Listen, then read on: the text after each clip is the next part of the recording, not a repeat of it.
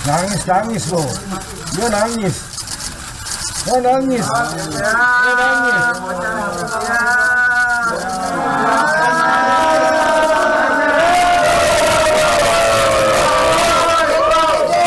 Nipu rakyat, hukum mati. Kalau korup, hukum mati. Berani nggak? Mampus lu, Noel. Selamat menikmati bacot lu sendiri ya. Kita ini kan orangnya presiden. Ya, apalagi saya kader Gerindra ya kan. Kita harus mampu menjaga dan mengawal yang namanya anggaran. Tidak ada alasan kami akan bertindak atas nama rakyat. Termasuk partai saya Gerindra. Cepat-cepat kalau ada terlibat, Anda jadi justice collaborator. Anda laporan aja. Karena walaupun kau Gerindra, tidak akan saya lindungi, saudara-saudara.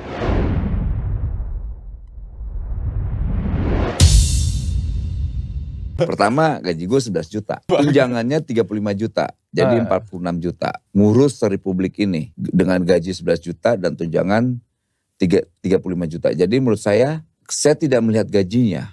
Tambahan lain-lain, Bang? Gak ada. Kalau mau ya nyopet. Lu nyopet. Lu pinter-pinter nyopet. Untuk kehidupan sehari-hari kan itu gak cukup, Bang, berarti? Gue cukup. Bukan hidup gue nggak edon. Gue ini aktivis, bukan latar belakang dari orang kaya. Gue bukan dari keluarga selebritis. Ya, kita sungguh ada di dalam status kerusakan moral yang maha tinggi. Bila para aktivis akhirnya terjerat korupsi. Karena ini sebut aja satu paradoks. Mereka yang dari awal aktif 98 berupaya untuk membersihkan negeri ini dari KKN, akhirnya harus menasibkan dirinya seperti yang dia tentang tuh. Apa masalahnya? Karena kerakusan kekuasaan. Dan itu yang diperlihatkan dalam OTT Wamen Wakil Menteri Saudara Noel yang menunjukkan bahwa tidak ada semacam pelembagaan nilai pada para aktivis ini. Dan orang pasti akan hubungkan bahwa para aktivis yang masuk dan menjadi pengikut Pak Jokowi itu memang mempersiapkan diri untuk menjadi rakus. Kan itu intinya akhirnya kan. Kita bisa uji ya yang masuk di dalam sistem pasti akan jadi busuk. Bahkan malaikat itu akan jadi penjahat kalau masuk dalam sistem. Tetapi selalu ada paradoks. Kan para aktivis justru dimaksudkan untuk mencegah prinsip itu. Para aktivis tentu datang dengan satu sistem nilai yang kuat. Yang berjuang di era reformasi berupaya untuk meningkatkan status negeri ini di mata bangsa-bangsa, di mata internasional sebagai negeri yang tidak korup. Tapi akhirnya seluruh tudingan yang dibuat oleh OCCRP bahwa Jokowi adalah presiden terkorup nomor 3, nomor 2 di dunia, akhirnya menjadi lengkap. Setelah kita melihat bahwa mereka yang tadinya bergerombol di sekitar Presiden Jokowi juga ada di dalam mentalitas yang sama, ada di dalam arogansi yang sama, ada dalam kerakusan yang sama. Ayo KPK, jangan mau kalah dengan Noel Ebenezer.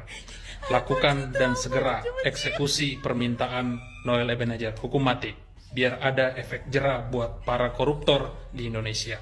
Selamat ya Noel. Mampus lu, Noel. Selamat menikmati bacot lu sendiri ya. Kira-kira setelah Noel siapa yang akan menyusul para pecundang dan penjilat yang mana ya?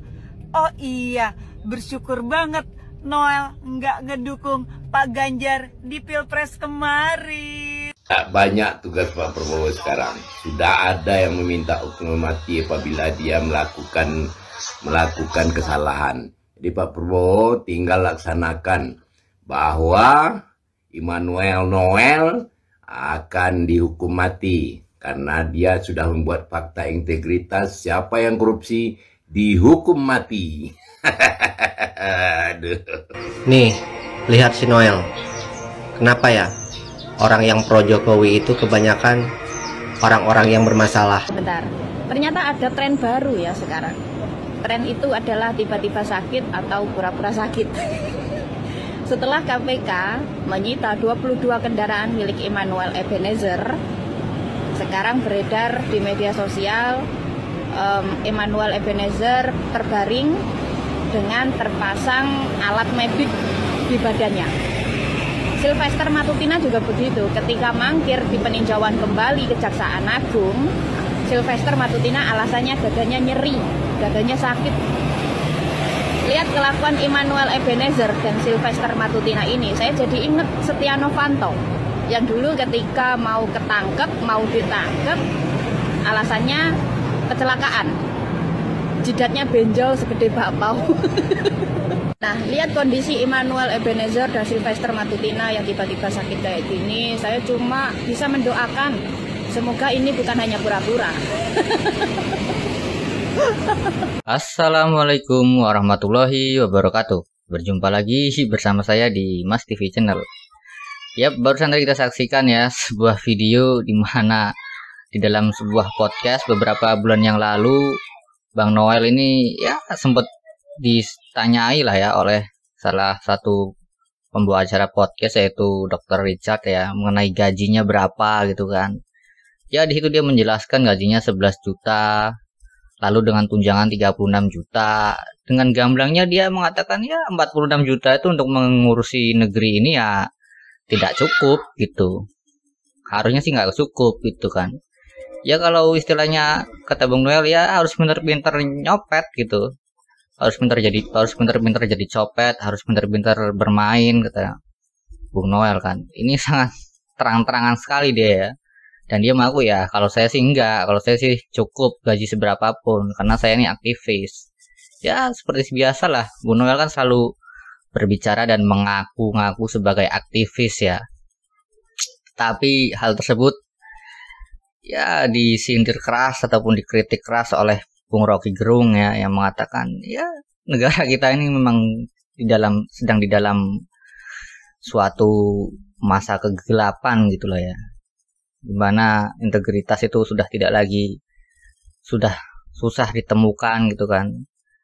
Lalu juga ya para orang-orang yang dulunya aktivis ketika sudah memasuki sebuah sistem, sudah memasuki kekuasaan, sudah tidak bisa lagi istilahnya menjalani ataupun menjaga mimpi-mimpi dan juga janji-janji di kala reformasi dulu ya.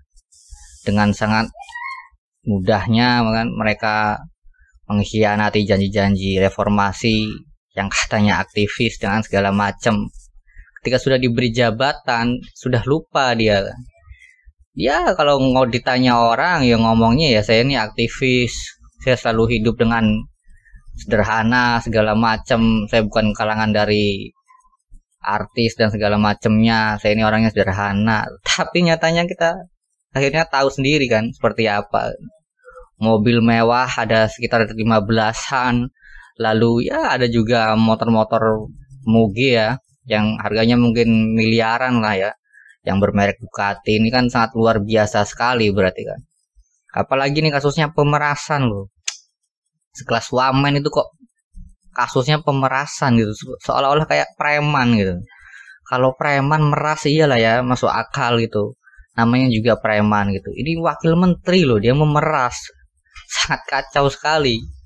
Ya disinilah kita bisa melihat di mana bangsa ini memang lagi dalam krisis moral ya. Seorang yang mengaku sebagai aktivis ternyata tercemplung ataupun terjerembab di dalam rakusnya kekuasaan ya kan.